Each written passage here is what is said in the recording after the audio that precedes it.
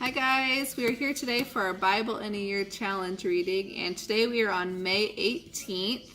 That is going to come from 1 Kings 1 through 2, Job 4, and Acts 26. So 1 Kings chapter 1. David in his old age. Now King David was very old, and no matter how many blankets covered him, he could not keep warm. So his advisor told him, "We will find a young virgin who will wait on you and be your nurse.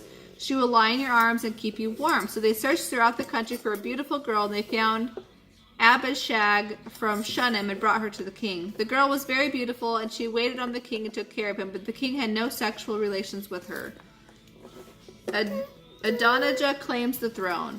About that time, David's son, Adonijah, whose mother was Haggith, decided to make himself king in place of his aged father. So he provided himself with chariots and horses and recruited 50 men to run in front of him.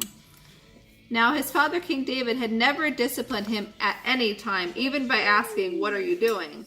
Adonijah was a very handsome man and had been born next after Absalom. Adonijah took Job, son of Zeruiah, and Abiathar the priest into his confidence, and they agreed to help him become king. But among those who remained loyal to David and refused to support Adonijah were Zadok the priest, Benaiah son of Jehoiada, Nathan the prophet, Shimei, Rai, and David's personal bodyguard. Adonijah went to the stone of Zoheleth near the spring of En-Rogel, where he sacrificed sheep, oxen, and fattened calves. He invited all his brothers and the other sons of King David, and all the royal officials of Judah. Oh, you fall off. But he did not invite Nathan the prophet, or Benaiah, or the king's bodyguard, or his brother Solomon. Then Nathan the prophet went to Bathsheba, Solomon's mother, and asked her, "Did you realize that Haggith's son Adonijah has made himself king, and that our Lord David doesn't even know about it? If you want to save your own life and the life of your son Solomon, follow my counsel. Go at once to King David and say to him, 'My lord, didn't you promise me that my son Solomon would be the next king and would sit upon your throne? Then why has Adonijah become king? And while you are still talking with him, I will come and confirm everything you have said.' So Bathsheba went to the king's bedroom. He was very old now, and Abishag was taking care of him. Bathsheba bowed low before him. 'What can I do for you?' he asked her. She replied, 'My lord, you vowed to me by the Lord your God that my son Solomon would be the next king and would sit on your throne.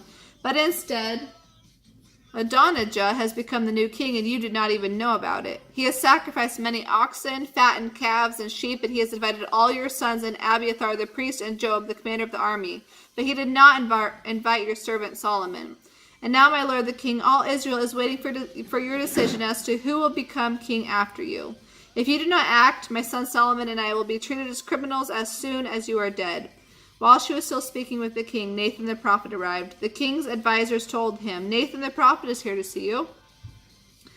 Nathan went in and bowed low before the king. He asked, 'My lord, have you decided that Adonijah will be the next king and that he will sit on your throne? Today he has sacrificed.'" Good job, babe. "So he has sacrificed many oxen, fattened calves, and sheep, and he has invited your sons to attend the celebration. He also invited Job, the commander of the army, and Abiathar the priest. They are feasting and drinking with him and shouting, 'Long live King Adonijah!' But I myself, your servant, was not invited, neither were Zadok the priest, Benaiah, son of Jehoiada, nor Solomon. Has my lord really done this without letting any of his servants know who should be the next king?" David makes Solomon king. "Call Bathsheba," David said. So she came back in and stood before the king. And the king vowed, "As surely as the Lord lives, who has rescued me from every danger, today I decree that your son Solomon will be the next king, and will sit on my throne, just as I swore to you before the Lord, the God of Israel." Then Bathsheba bowed low before him again and exclaimed, "May my lord King David live forever."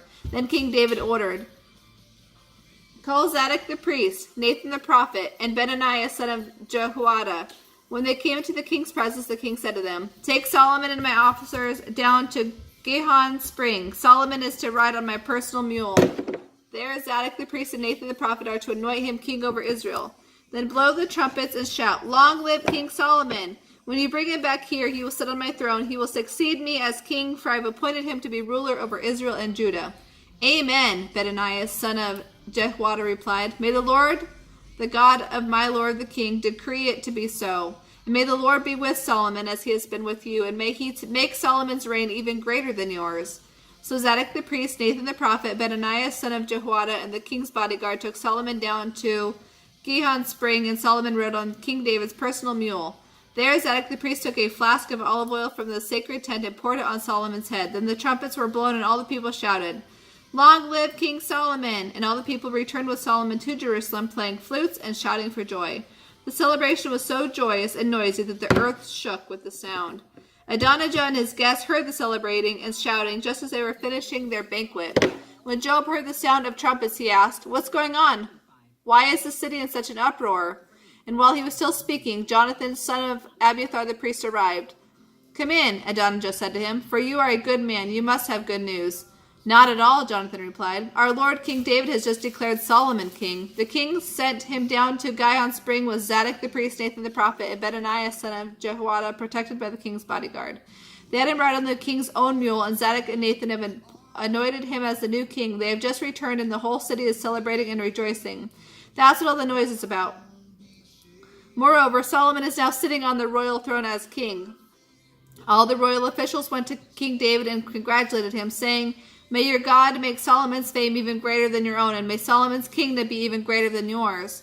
Then the king bowed his head in worship as he lay in his bed, and he spoke these words, "Blessed be the Lord, the God of Israel, who today has chosen someone to sit on my throne, while I am still alive to see it."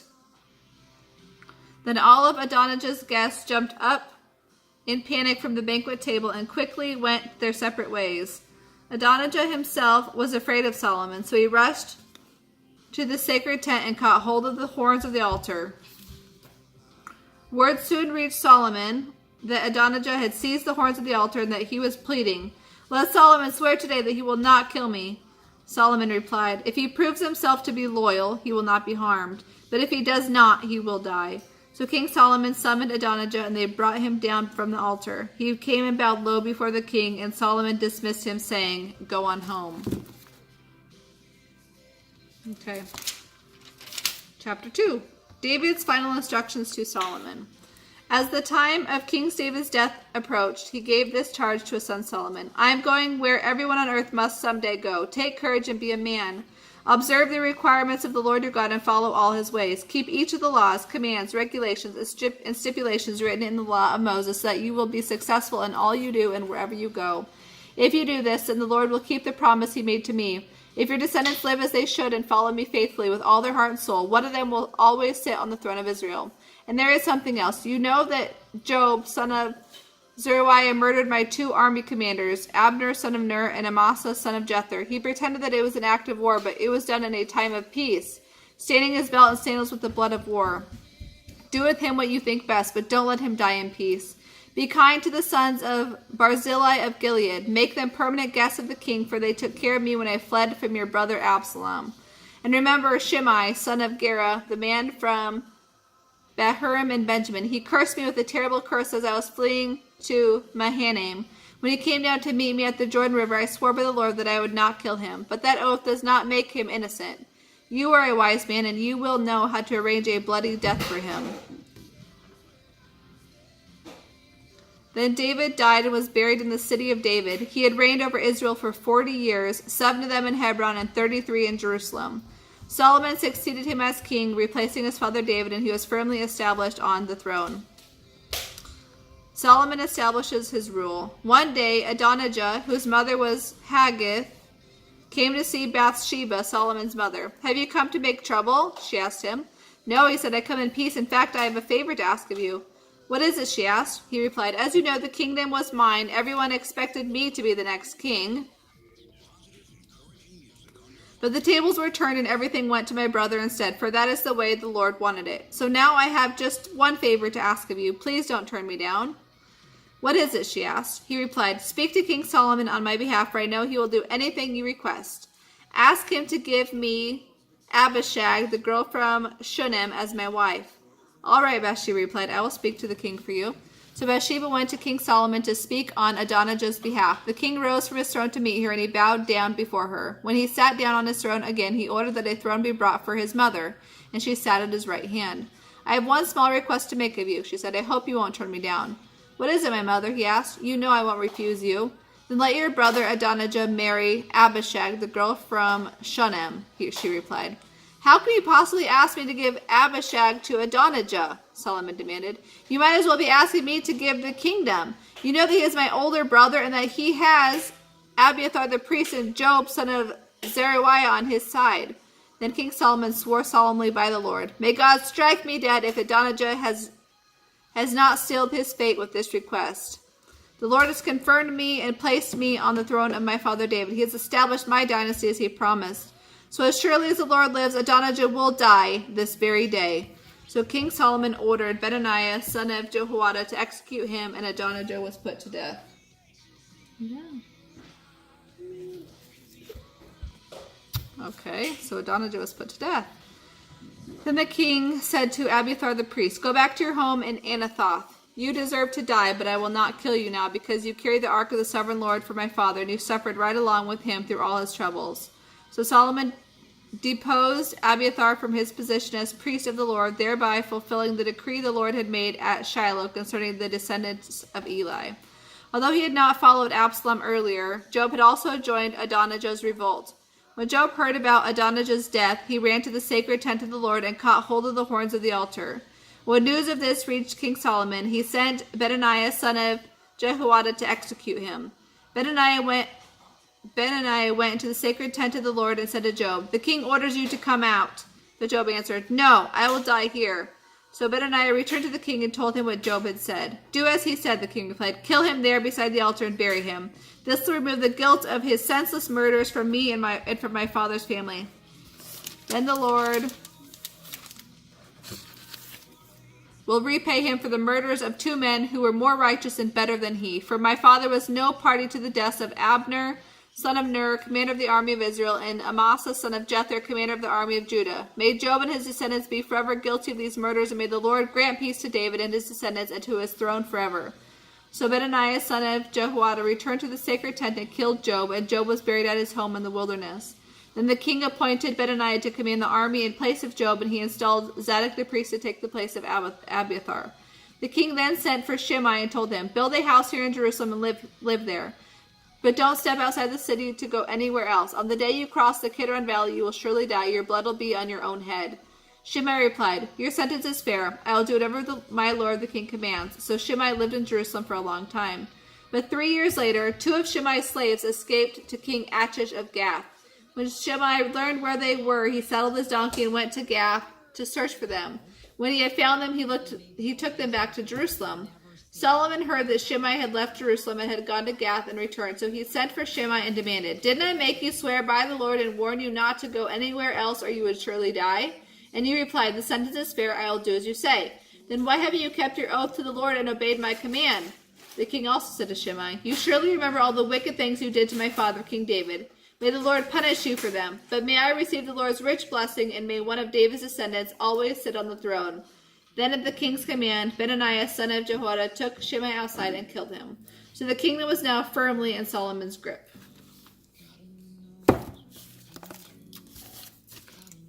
Okay, Job 4.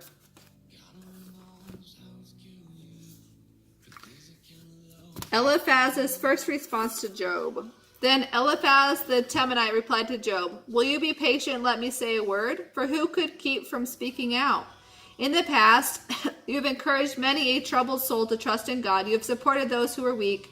Your words have strengthened the fallen. You steadied those who wavered. But now when trouble strikes, you faint and are broken. Does your reverence for God give you no confidence? Shouldn't you believe that God will care for those who are upright? Stop and think. Does the innocent person perish? When has the upright person been destroyed? My experience shows that those who plant trouble and cultivate evil will harvest the same. They perish by a breath from God. They vanish in a blast of his anger. Though they are fierce young lions, they will all be broken and destroyed. The fierce lion will starve, and the cubs of the lioness will be scattered. This truth was given me in secret, as though whispered in my ear. It came in a vision at night as others slept. Fear gripped me. I trembled and shook with terror. A spirit swept past my face. Its wind sent shivers up my spine. It stopped, for I couldn't see its shape. There was a form before my eyes, and a hushed voice said, "Can a mortal be just and upright before God? Can a person be pure before the Creator? If God cannot trust his own angels and has charged some of them with folly, how much less will he trust those made of clay? Their foundation is dust, and they are crushed as easily as moss. They are alive in the morning, but by evening they are dead, gone forever without a trace. Their tent collapses, they die in ignorance." Okay, in Acts 26.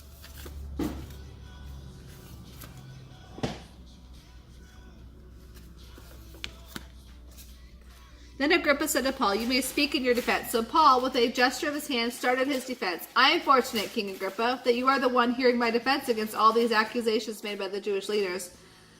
For I know you are an expert on Jewish customs and controversies. Now please listen to me patiently.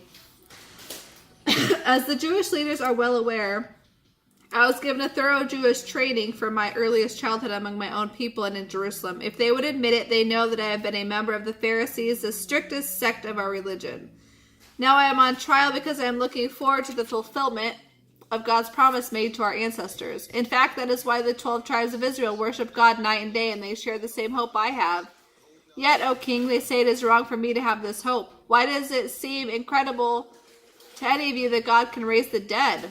I used to believe that I ought to do everything I could to oppose the followers of Jesus of Nazareth. Authorized by the leading priests, I caused many of the believers in Jerusalem to be sent to prison, and I cast my vote against them when they were condemned to death. Many times I had them whipped in the synagogues to try to get them to curse Christ. I was so violently opposed to them that I even hounded them in distant cities of foreign lands. One day I was on such a mission to Damascus, armed with the authority and commission of the leading priests. About noon, your majesty, a light from heaven, brighter than the sun, shone down on me and on my companions. We all fell down, and I heard a voice saying to me in Aramaic, "Saul, Saul, why are you persecuting me? It is hard for you to fight against my will." "Who are you, sir?" I asked, and the Lord replied, "I am Jesus, the one you are persecuting. Now stand up, for I have appeared to you to appoint you as my servant and my witness. You are to tell the world about this experience, and about other times I will appear to you. And I will protect you from both your own people and the Gentiles. Yes, I am going to send you to the Gentiles to open their eyes, so they may turn from darkness to light and from the power of Satan to God. Then they will receive forgiveness for their sins and be given a place among God's people who are set apart by faith in me." And so, O King Agrippa, I was not disobedient to that vision from heaven. I preached first to those in Damascus, then in Jerusalem and throughout all Judea, and also to the Gentiles, that all must turn from their sins and turn to God, and prove they have changed by the good things they do. Some Jews arrested me in the temple for preaching this, and they tried to kill me, but God protected me so that I am still alive today to tell these facts to everyone, from the least to the greatest. I teach nothing except what the prophets and Moses said would happen, that the Messiah would suffer and be the first to rise from the dead as a light to Jews and Gentiles alike. Suddenly Festus shouted, "Paul, you are insane. Too much study has made you crazy." But Paul replied, "I am not insane. Most excellent Festus, I am speaking the sober truth. And King Agrippa knows about these things. I speak frankly, for I am sure these events are all familiar to him, for they were not done in a corner. King Agrippa, do you believe the prophets? I know you do." Agrippa interrupted him. "Do you think you can make me a Christian so quickly?" Paul replied, "Whether quickly or not, I pray to God that both you and everyone here in this audience might become the same as I am, except for these chains." Then the king, the governor, Bernice, and all the others stood and left. As they talked it over, they agreed, "This man hasn't done anything worthy of death or imprisonment." And Agrippa said to Festus, he could be set free if he hadn't appealed to Caesar. Okay, that's all for today's reading, and I will see you next time.